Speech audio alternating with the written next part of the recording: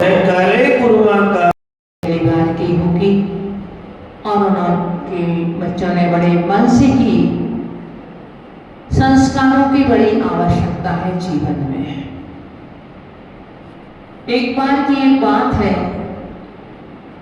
दो तोते थे और आपको मालूम है कि तोता को जैसा सिखाओ वैसा वो बोलने लगता है। दोनों तोते, एक तो किसी विद्वान के घर में चला गया, वहां पलने लगा, और एक तोता कोई कसाई ले गया और उसने अपने यहाँ पाल लिया।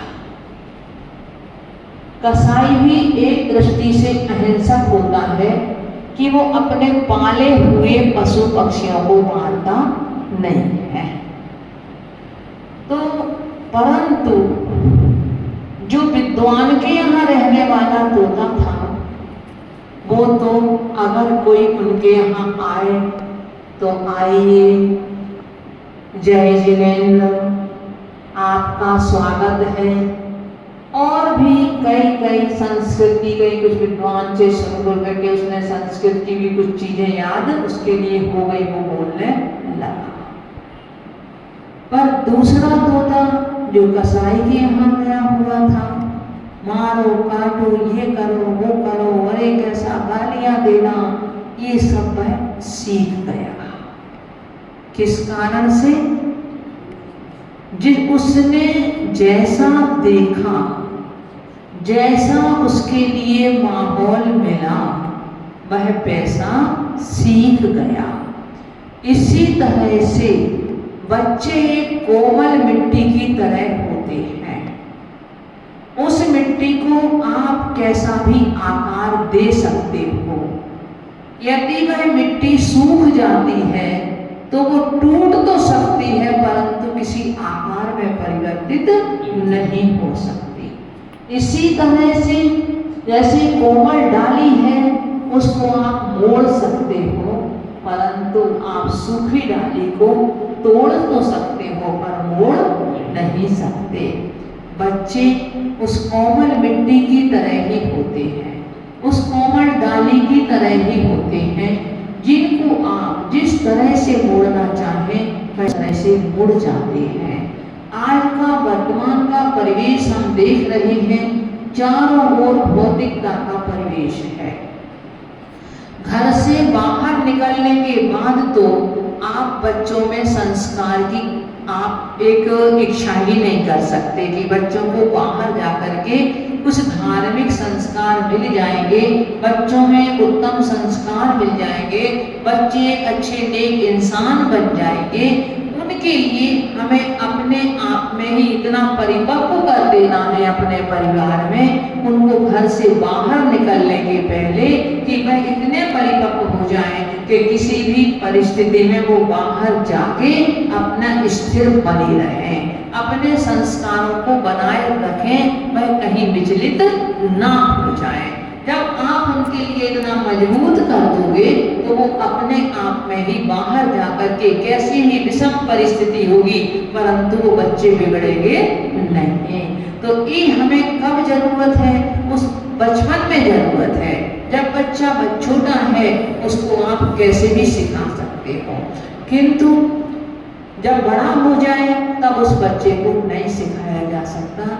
देखो कुंद स्वामी की माँ उनको बचपन में जब उनके लिए झूला झुलाती थी तो उनके लिए लोरियां सुनाती थी,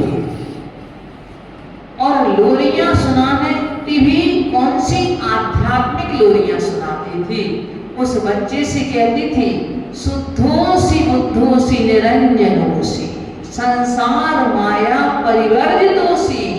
हे बेटा, तू शुद्ध है, बुद्ध है, नित्य है, निरंजन है, तू संसार की ओर से सो जा। बच्चों को सुलाना है तो कहती थी कि संसार की ओर से सो जा, क्योंकि तेरा स्वरूप क्या है। तो रानी मदालसा का एक दृष्टांत आता है कि जब उसके 8 पुत्रों ने भी बच्चे का जन्म हो, बड़े हो और वह युवा होते ही और दीक्षा लेकर के चले जाए। अब राजा को बड़ी चिंता कि ये बच्चे तो चले जा रहे हैं दीक्षा लेकर के, एक भी राज्य नहीं संभाल रहा है, मैं क्या करूंगा, मैं कब लूंगा, मेरा बुढ़ापा आ गया। पहले आप अपने इतिहास पढ़ो, प्राय करके सभी राजा राज्य को छोड़ करके और अंत में दीक्षा ले ही लेते थे। उन्होंने फिर ये नहीं सोचा कि इस राज्य को कौन संभालेगा। माँ अपनी पत्नी के गर्भ में भी तिलक करके चले गए, बच्चे का जन्म हुआ देख करके उसको तिलक करके चले गए राज्य सौंप करके। उनने ये चिंता नहीं की कि इस राज्य को आखिर कौन संभालेगा, क्योंकि संभालने वाला पहले हम नहीं हैं, ये तो संभालने वाला उसके अपना स्वयं का संयोग है, स्वयं का कर्म का योग है। हर बच्चे का हम एक अभिमान जरूर करते हैं कि हम बच्चों को पाल रहे हैं, पर मान लो अगर उस बच्चे की जिंदगी ना हो तो आप पाल पाओगे क्या? अगर आप कितने भी ट्यूटर लगा दो, कितने भी टीचर उसके लिए बच्चों को पढ़ाने को लगा दो, यदि उसकी स्वयं की बुद्धि नहीं है तो आप क्या करोगे? जैसे किसी की आंख में रोशनी नहीं है और आप कितने भी सांस उसके पास रख दो तो क्या वो उनको पढ़ पाएगा? इसी तरह से उस बच्चे में यदि कहीं मान लो अपनी स्वयं की बुद्धि नहीं है तो नहीं कर पाओगे। तो ऐसे ही हम स्वयं किसी के करने वाले नहीं हैं, उसका स्वयं का भाग्य भी है, किंतु फिर भी हमें रास्ता तो दिखाना ही पड़ेगा।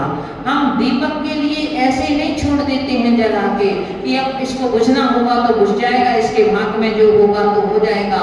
एक कोई बीमार व्यक्ति है उसके लिए हम ऐसे नहीं छोड़ देते कि इसका भाग्य में होगा तो जी जाएगा, नहीं तो मर जाएगा।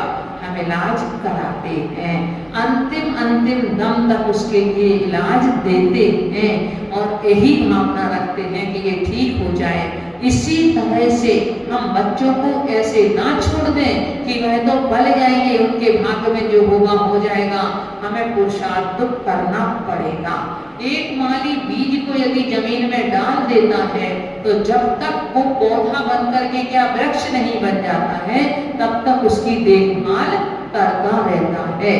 ऐसे ही माता पिता भी जिस दिन से वह बच्चे के बीज रूप में वपन करते हैं उस दिन से ही उस बच्चे की देखभाल शुरू हो जाती है, उस दिन से ही उसके संस्कार शुरू हो जाते हैं। तब राजा ने जब चिंता हुई उनके मन में तो रानी ने कहा कि आप उदास क्यों हैं? तो राजा बोले ये सब बच्चे दीक्षा लेके चले जा रहे हैं, मैं सोच रहा हूँ मैं कब दीक्षा लूंगा, मैं कब अपना कल्याण करूंगा। तो रानी कहती है स्वामी आप चिंता मत करो, आपकी बार की जो संतान होगी वह पहले राज्य संभालेगी, उसके बाद में दीक्षा लेगी। रानी मदालसा ने बड़े अपने उससे कह दिया राजा से और यही हुआ। जिस समय बच्चा गर्भ में आया, रानी अभी पहले वो अध्यात्म रुचि ही रखती थी किंतु अब वो राजकाज में रुचि रखने लगी, राजकाज में भी रुचि रखने लगी। और यही हुआ बाद में कि वह बच्चा पहले राजकाज में उसने अपने रुचि रखी, राज्य संभाला और उसके बाद में फिर उसने दीक्षा ली और पिता को दीक्षा लेने का मौका मिल गया। तो ये हमें सोचने की बात है कि हम बच्चे के लिए हम किस तरह से संस्कार डालें। यदि माँ अपने आप पर कंट्रोल नहीं कर पाती है और वह गर्भस्थ शिशु को यदि माने पाल रही है तो वह बच्चे को सही तरीके से पालन नहीं कर सकती है। उसे अपने खान पीन पे सबके लिए उसका सारा समझो वो जीवन एक बच्चे के लिए हो जाता है कि मुझे इसके लिए पालना है, मुझे एक अच्छी संतान को जन्म देना है, तो वह बच्चे के लिए ही जीती है। ये समझ लो वह सारा का सारा अपना पुरुषार्थ यही करती है कि मैं एक अच्छी से अच्छी माने सुंदर हो, किंतु इसके साथ साथ वह एक धार्मिक हो, आध्यात्मिक हो, सुसंस्कारित संतान हो, उसके लिए वह जन्म देना चाहती है।